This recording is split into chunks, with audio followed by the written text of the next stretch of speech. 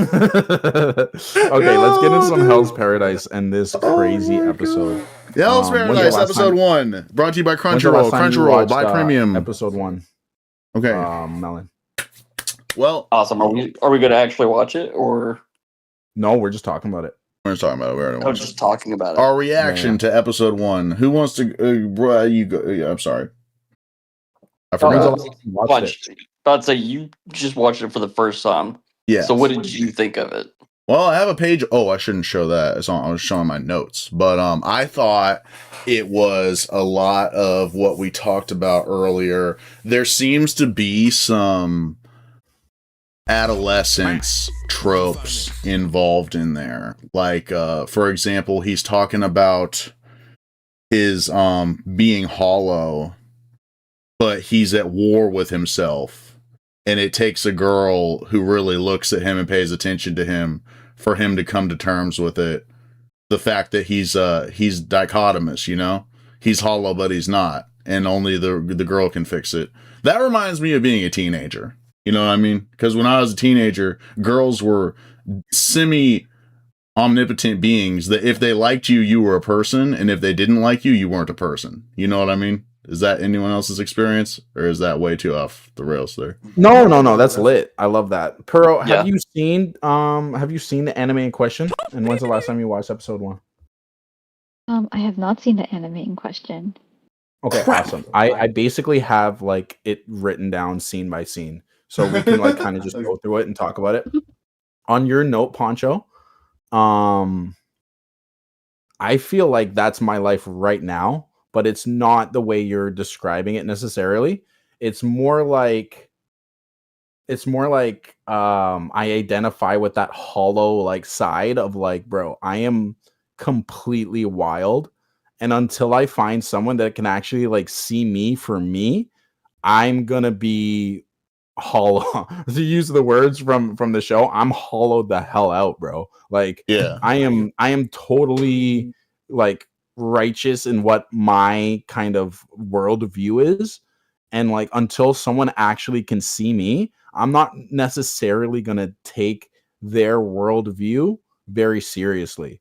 So like unless a girl comes in my life that actually gets me, I would never become religious. And one of the key scenes for me was when she's like praying before dinner, and he's like talking about like, you know, I hated her, like she just did all this stupid shit. That's what I'd say right now if I was about to eat a bucket of KFC and shorty I'm with is like, let's pray before. I'm gonna be like, bitch, what the fuck are you talking about? I'm about to dip this in some gravy. But the fact that he's on some like, there's one side of me that he's trying to portray, and he's still trying to. It's like Vegeta basically in the Majin Buu saga. Spend most of your life ruled by another. Watch your race dwindle to a handful, and then tell me what has more meaning than your own strength. He's trying to tap back in to that feral man essence before Bulma came and basically showed him like how dope monogamy is and how sick it is to actually have a partner who like worries about your well-being, you know? So shows the episode starts, and of course we get the MAPPA intro. And that's how I knew, Melon, that you had suggested a banger. Now, I don't know if you're aware of this. MAPPA Animation Studios, these guys don't see their kids. They don't see their wives. They work on this show until it's finished. And these boys hop on the motorcycles. Like, dun, dun, dun, dun, dun. It's like, yo. I was immediately locked in. They go so fucking hard. They go so fucking hard. Oh my God, I love it. So the bikes come in, and it's freaking time. And they get right into it, right? They're trying to chop old boy's neck off. And they do that like Baki sort of narrator thing where they're like, the human spine is a very tough bone, and it's not really like possible to chop through a neck in one swing. So I like that like historical little side of like Japan where this is how they did executions. If it wasn't what's it called with senpaku, when you like stab your guts, the traditional way is kill yourself. You're supposed to stab yourself and disembowel yourself, and then someone else chops your neck to stop you from suffering if it's like an honorable execution, right? There's no honor in this. They're just trying to chop through old boy's neck. They get like the panning of like the heads that are like up on like the other people that were executed, and boy's like slamming down trying to execute old boy, and then you see that there's just like not even a scratch on him. This guy's just not going down, and then he goes again and the blade snaps, and I was like, oh shit. Oh shit, overpowered antagonist. But they did it in like kind of an interesting way, because they're like, why is they don't really like explain what he did to get that strong. They just kind of like gave you the comparison of like a human being, and then this dude, if he's that exactly. Dude. So I thought he stands out compared to everyone else. Yeah. I do have one note for that scene. Yeah, of course. I wrote, I hope the guy who beheads me doesn't have a wimpy voice like that. Because that guy that tries to behead him is like, are you ready for me to behead you? I'm like, oh, come on, man. Don't behead me like this. So this is awesome. So you watched the English dub, didn't you? Yeah, I did. You heathen. I'm so sorry. I knew I was in over You my watched head. the English dub? You watched the English dub on the Crunchyroll first betrayed watch. me. I mean, Crunchyroll's great. Everyone should subscribe to it. It didn't. You can choose between dubs or subs on Crunchyroll. Only $11.99. I can't say anything. I've watched it in both. Okay, good. Well, watching it in both is okay. And Ponch, if you're gonna watch the English dub, it'll just be better for the comparison. Yeah, we'll have two different sides. We'll have the average sounds viewer. cool when they're speaking Japanese, dude. Yeah, it's true.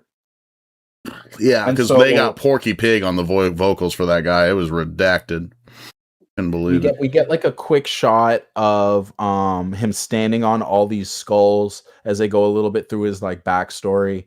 And again, I personally just get that Griffith vibe where it's like, in order to be the best, man, you got to step on some necks, man. Like they did again. MAPPA is just doing crazy. Then the intro hits, and yo, that intro was a bop.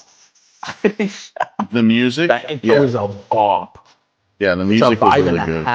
And Japanese people love rap music so much. When the boy starts rapping in Japanese, bro, I was literally punching my fist in the air. I was like, yo, let's fucking get it. I was glad I listened to the whole intro. I've been hurt so many times before with the intros, and that one really paid off. Yeah. I honestly don't even remember the intro on that one. Yeah, I can't remember it now. I haven't seen it in so long. The colors, it's really bright. Like they use a lot of really like bright imagery. I was very impressed. So basically, at this point, I'm like, all right, we're just watching young Kakashi in feudal Japan. The dude looks a lot like Kakashi. I'm just saying. Yeah, the white hair and everything. And he got like the little mask that he pulls up. Yes. I'm like, okay. Now I will admit, I absolutely love that he is a short king as well. Oh yeah. Like he is exponentially shorter than every other character. Yeah. Well, this is also in lore of ninjas and shinobis, right? If you're gonna stick around, you can't be a gangly 6'4" nigga like yourself bumping into shit. You got to be able to jump and dive into shit. So I like how they're just going so hard with the historical accuracy in this world already. I'm like, okay, we are in for a treat. So then they get into Shorty interviewing them. Some baddies just like I like how she's just like writing everything down like on a scroll. It's like is that really how they did it? Like I'm imagining like in the modern day, someone on a typewriter, they're like, all right, now tell me about the bad feelings you get. Yeah. She's like his therapist, and that goes into what I was talking about. Is like he needs a lady to open up to, but at first he doesn't. We're gonna talk about them trying to kill this guy even more. Like they like light him on fire. The craziest one is when they tie his legs to the two bulls and they run in different directions, and then it has like an action frame, and then it goes back to him just like kind of standing there with his legs like apart, but like clearly they're not split. And it looks like he did some dirty work to those cows, because the cows are like passed out and they got drool coming out of their mouth. Like those boys looked crazy. Yeah, he's not skipping leg day. This guy. Yo, this guy leg day 4 times a week. The girl's interviewing him, and that's what he's saying, right? He's like basically talking about how he was in this arranged marriage with like the master shinobi's daughter, and he was like, yo, he's an idiot. Or no, she was an idiot. Like I didn't mess with her at all. And I immediately got like, I'm still in love with my toxic ex vibes at first, because he's like talking about how she's like an absolute idiot, but all the frames are like kind of making her look like really soft and stuff, and obviously she's not doing anything wrong. So I'm like, yo, he still clearly has feelings for her, and I liked how they did that without like shoving it down your throat. And then he basically says that like her father and his father-in-law tried to assassinate him, and then they got this boy twisted in all sorts of ways as these like dudes come down with the spears. And my initial thought was these spears aren't going to do anything. Like in the world they've set up, he's already immune to swords. So I mean, I guess they're also shinobis too. I don't know. I didn't get the really threat level there. Yeah. What real quick about the frames you were talking about, the art style when they were describing the lady. I have a bunch of paragraphs about the way the eyes are drawn in anime. If you notice during the first initial frames, they were trying to play into what you were saying. You didn't know if it was a toxic X situation or what, because they didn't draw her eyes for any of the first frames she's introduced in. Yeah. That's because it shows ambiguity as a metaphor, but also for like a literal reason that we're going to come to later. The interviewer girl is like, what do they call her? They called her an inspector. And then it turns out she's an executioner herself, and she pulls out the blade and the Asaemon, yeah. Yeah. And I mean, you want to talk about boy pilled, bro. When a bad girl has a samurai sword, whoo-wee, whoo-wee, she pulls out that blade, and I was like, yo, she's gonna be OP. She's gonna actually scare this guy. And he immediately senses that he's in danger, and she charges at him and he dodges it, but she cuts him, and he's like, oh shit, she can actually kill me. Like, so that's the reveal that she was right, because she kept trying to tell him like, I think you care about things, you know. And he's like, no, I don't care about anything, I'm a gruff man. And then she cuts him with the sword. And I have a lot of interesting stuff to say about scars, but I'm gonna save it for a little later. Awesome. Remind me to talk about the scar on his neck after this. Yeah. So sure. He breaks out of his bindings. He breaks out of the bindings in one shot, which I thought was crazy. That was sick. And he's like dodging and he's juking around. And then he steals like, one of the blades from the guards, and they do like a classic like little anime clash. And he calls himself the Hollow, and he's like, basically he's got like a whole crash out speech ready. No one's buying it. She's very not teenage. Buying it. I'm not buying very it. Teenage. Haunch isn't buying it. Melon never even bought it. He didn't even show up. Another flashback as this is going on, and he basically admits that he does love his wife, and we get that like super high school pilled scene where he gets kissed, and he's just like, everything's just like, my boy does a 180. He said, why would you do that? He doesn't understand emotions. He's a simple man. Essentially, yeah. Everything was like taken from him, and we get a shot of his wife, and now he's all for those triangle noses. His wife has like a very triangle nose. Anyways, there's a shot of basically the dad, and his arms are around the girl, and she like kind of fades, right? So then my mind jumps to two options. One, she's dead, or two, we got a berserk situation where the king is actually feeling his daughter. And I was like, bro, if Melon suggested me another, like, I love berserk, but I can't berserk every emotion. I would be too fragile to see that. Yeah. None of that, please.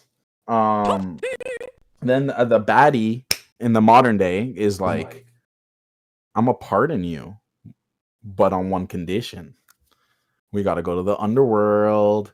And the depiction of the underworld is crazy because it is not a bunch of fire and skull and bones. It is absolutely beautiful. It's like a paradise. And there's all of these flowers, and a lot of those flowers were in the intro too. and there's a big emphasis on the flowers. And there's been all these expeditions, and they bring back all these flowers. And it was a really weird scene because there's a guy, he picks up the flower and he's like admiring it, and like everything is washed out and it's all dark, but the flower is like very vibrant. And then the next scene, he's like mangled up and disemboweled, and he looks crazy, and like the vines are growing out of him, right? Mm-hmm. That was a crazy shot. And again, it's like, the most beautiful thing, like hell. This is my definition of hell, because we were talking about this on one of your Ponchcast episodes about like the afterlife. Right. I think the afterlife would be filled with beautiful things that you can't touch. I think that would be the most torture. Like once you stab me with a pitchfork, at some point I'm just going to become numb, and I'm going to be like build up a pain tolerance, right? Yeah. You'll get used to it, yeah. Yeah, but I'll never get used to seeing an isekai, to seeing some like little gamer guy walk around with 10 hot babes, and they're all just like fawning over his every movement. And then I can't even interact with the babes. I'd be in hell. That's funny. This is my hell. That's This a is great my analogy. A fate worse than death. This is my An personal hell. isekai. No, you were talking to me about that guy Sakuno, who's been making the news lately. I learned a new word called boy failure. Is that kind of what this main character is, from what you've heard so far? Do you think? You see, I also just now learned the word boy failure. Yeah. And I guess that's not what really appeals to me, but I guess you could argue that the main character is one. Yeah, because he he just needs a girl to like make him complete, and like the reason that the girl completes him is because she's special. So I guess that is sort of like a power fantasy for a girl, I guess. But, Have you seen Inuyasha? Inuyasha? No, I haven't seen it. Okay. I highly recommend you watch Inuyasha if you want to understand why females like anime, why females watch I'll have to check it out. soap operas, why they like entertainment as a whole. It's basically the girl is special, the boy is a boy failure, but he's hot. Right. Don't forget, That's he's always hot. key. That's kind of glossed over sometimes. Paramount. He's hot. He's unruly. He's, some could say, dog-like. Yeah. And she grooms him. Yeah, And sure. he still bears his fangs from time to time, but he'll never bear his fangs at the one he truly loves. Yeah, well, you want Banger. Yeah, you want your man to have power but not use it inappropriately, And who better? Every great leader has had a woman right beside him. Yeah, we need each other. That's what we're all saying here. That's wholesome. So the scar work is an English major. We all know this. A lot of people might not know this. I was going to talk about it. Scars and stories mean different things. Like everyone knows, scars on your back means you're running from something in your past, usually as a metaphor. I had to look up what the scars in this one meant to remind myself. I never knew that. So the scar on the face represents a whatchamacallit, conflict of identity. So his wife having the scar on her face because her dad literally didn't want her to be like a normal woman who just goes and gets married like they did in that culture. He wanted to set her apart and change her identity. So he scars her face to change her inside. But she keeps saying that it's harder to change someone's heart than it is their face, which is something she's trying to teach the main character because he's hollow inside. He wants to change it but doesn't know how. He just needs a perfect girl to come fix him. It's a fantasy. And then the scars on his hands show that he's done some stuff, right? Scars on his hands and arms. But the scar on the neck, when she gets him on the neck, that is that usually means something like you're trying to silence the character, or someone has tried to silence you or stop that opinion that you have. Oh, shit. Yeah, so when she does that to him, she's literally making him stop saying to himself that he's hollow. Yes. Yeah, mind blowing. I actually love their relationship because there's like such a strong dichotomy where she's damaged on like the outside, Mm-hmm. but he's damaged on the inside. Right.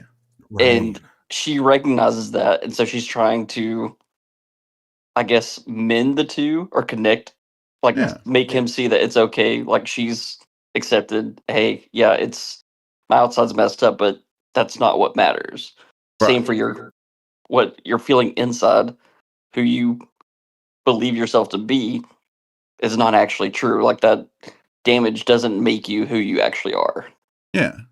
So the investigator and the Hollow agree to leave, and before they can leave, they got to beat up everyone who is trying to execute them, right? Yeah. And so he literally just like somehow he off screens these people, even though they're only focusing on the room. They just do like a quick swipe, and they're all just like in a pile, and he's standing on all of them. I was like, okay, with the fire attack. like, shit, I don't know how you cook people off screen when they're literally on screen, but you know, I saw first. Good cinema work, good camera work. Good cinema work. She like goes up to like the whiny guy who's been like trying to execute him and ordering all the different ways to execute him. She goes up to him, she just puts the blade to his neck, showing off how she's obviously a much more forgiving, right?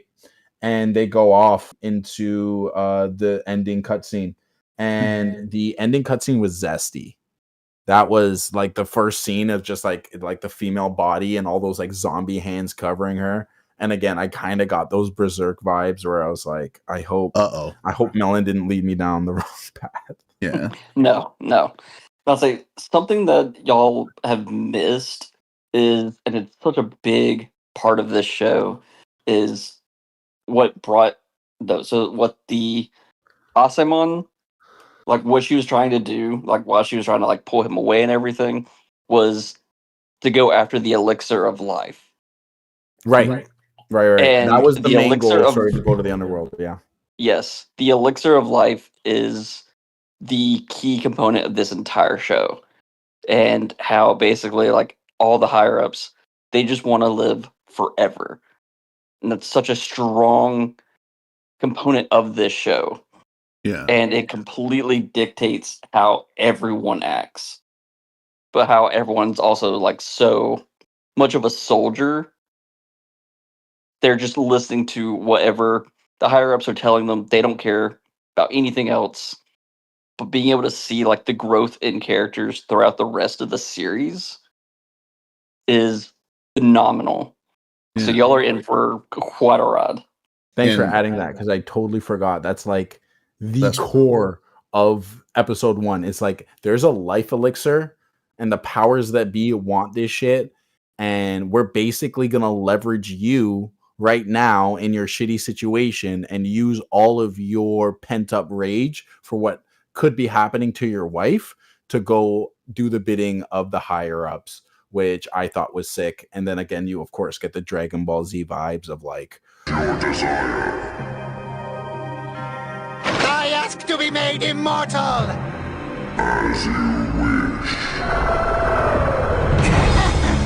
I got a wish for immortality, where it's like, oh shit, we're back in the trenches again. Mm-hmm. Yeah, it's like Frieza sending his troops out to get the Dragon Ball so that he can wish for immortality is essentially what's happening with this. The animation of the show is phenomenal. MAPPA. The storytelling. MAPPA. I know. MAPPA's goated. Oh, so good. Cool, man. You got some good taste, Melon. You got some damn good taste, my boy.